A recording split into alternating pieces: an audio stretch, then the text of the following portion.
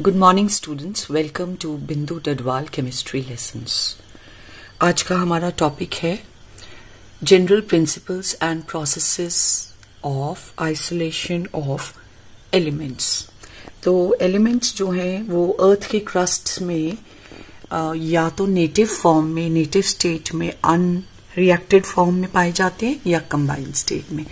तो carbon, sulphur, nitrogen, gold, silver, platinum, noble gases कुछ ऐसी एलिमेंट्स हैं जो हमें फ्री स्टेट में मिलेंगी, और इसके अलावा जो दूसरी एलिमेंट्स हैं वो किसी न किसी कंबाइंड कंपाउंड के फॉर्म में होंगे। अबंडेंस ऑफ एलिमेंट्स, तो the most abundant element found in the Earth's crust is oxygen, about 49.5%. Second in number is silicon, and aluminium is third most abundant element, and the most abundant metal. About 8.3% of aluminium is found in the Earth's crust. Then fourth number we have iron, 4.7, and the rest of the elements together make about 9.8% of the Earth's crust.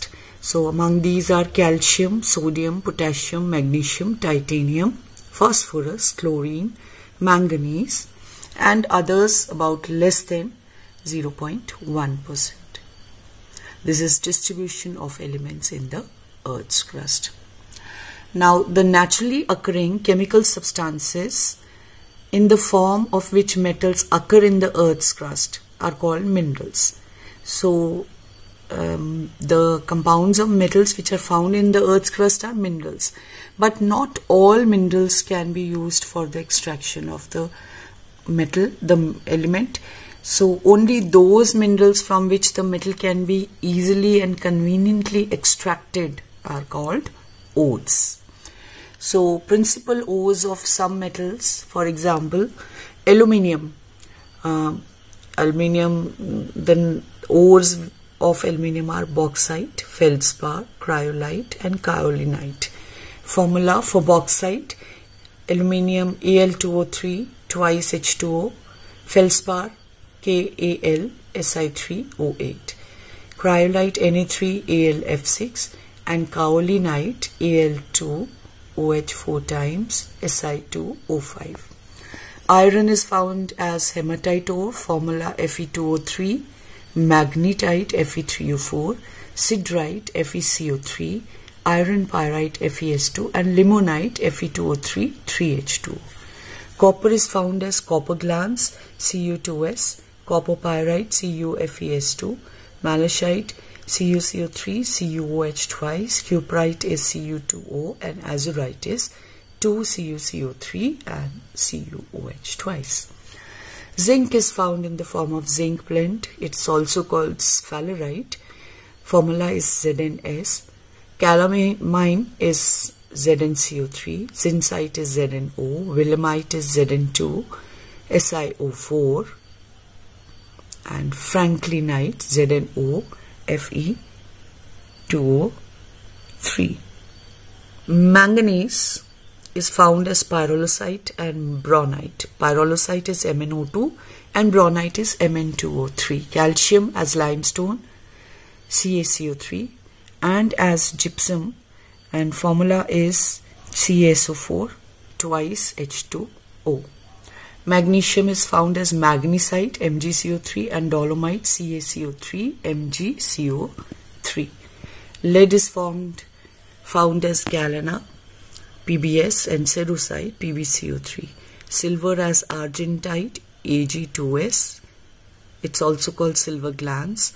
Horn silver, AgCl, and ruby silver, Ag2S, Sp2S3. Mercury as cinnabar, Hgs. Gemstones are basically alumina, Al2O3, with impurities. If the impurity is chromium 3 positive, it's called ruby. Cobalt 3 positive, it's blue sapphire. Iron 3 positive, it's topaz or yellow sapphire, and manganese 3 positive is amethyst. Extraction of metals, the 4 different steps that are carried out for taking out a metal from its ore are crushing and grinding the ore, concentration or benefaction of the ore, extraction of crude metal from concentrated ore, and purification or refining of metal. But the process of extracting metal from their ore is called metallurgy. So the 4 steps. We will do the 4 steps in detail later on. Let us do the flow chart of the extractions. First, the ore is crushed and grinded into a powdered form. Then from the powdered ore we remove unwanted impurities which are called gangue or matrix. This process is called concentration, dressing or benefaction. The different methods are used for different ores. The different methods of concentration are gravity separation or levitation. This method is based on the difference in specific gravity of metallic ores and the gangue particle. One is heavier, the other is lighter.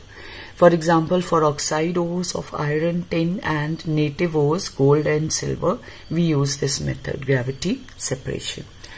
Electromagnetic separation is used if either the gangue or the ore is magnetic in nature. So for chromite ore, for magnetite ore, we can use this method.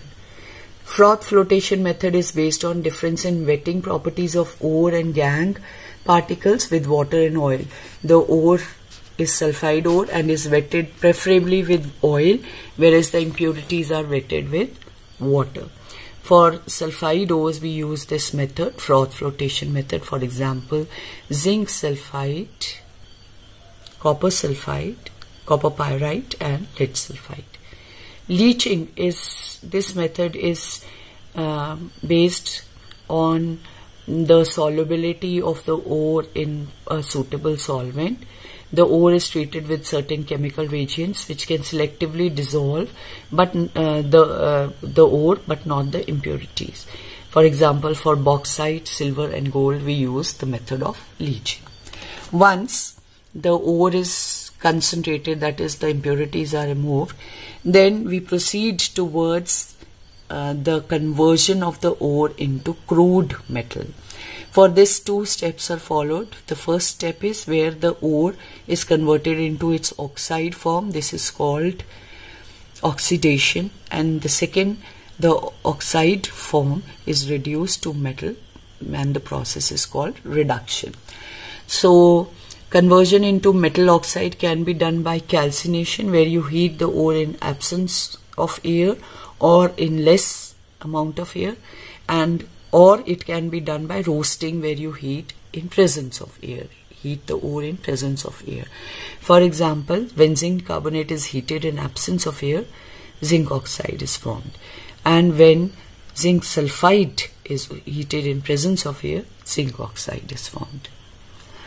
Conversion of oxide into metal. So for this we use a reducing agent. We heat the metal oxide with a reducing agent.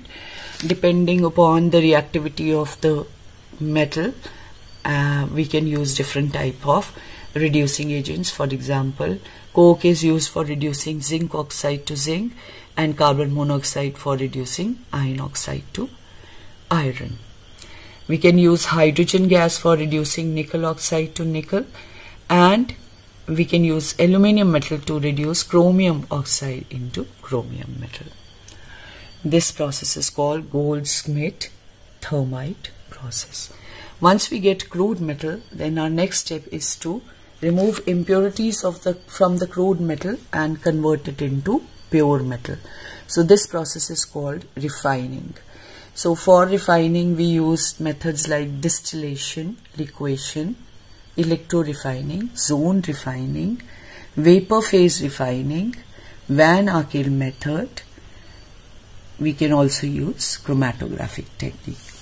So in distillation, this method is used for low boiling liquids or low boiling metals like mercury and zinc. In liquefaction, we melt the metal so that the molten metal flows down, whereas the impurities are left behind. These are used for metals of low melting point like tin, lead and bismuth. In electro-refining, we pass electric current through the molten solution and we make one of pure metal as the cathode and impure metal as the anode, and we carry out the process of electrolysis so that metal melts from the impure anode and gets solidified on the pure cathode. In zone refining method, the principle is that the impurities are more soluble in the melt than in the solid state. Silicon, germanium and gallium are purified by this method. In the vapor phase refining method, we convert the solid metal into gaseous form. For example, nickel is heated with 4 carbon monoxide at 330 to 350 Kelvin to form tetracarbonyl nickel.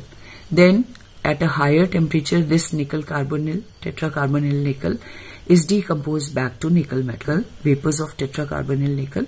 It will move out to a different place where it decomposes to form nickel, whereas the impurities are left at the original site. Similarly, in Van Arkel method, we convert titanium to titanium tetraiodide, which is gaseous in nature, and then at a higher temperature, we break it down to titanium metal. Similarly, zirconium is converted to zirconium tetraiodide and then decomposed at a higher temperature. In the chromatographic technique, the different compounds of a mixture are differently adsorbed on adsorbent. The speed is different, so they are separated from each other and thus purified. So this is all in today's lecture. Find the lecture interesting. Please do subscribe to my channel. Press the like button, and thank you and have a nice day.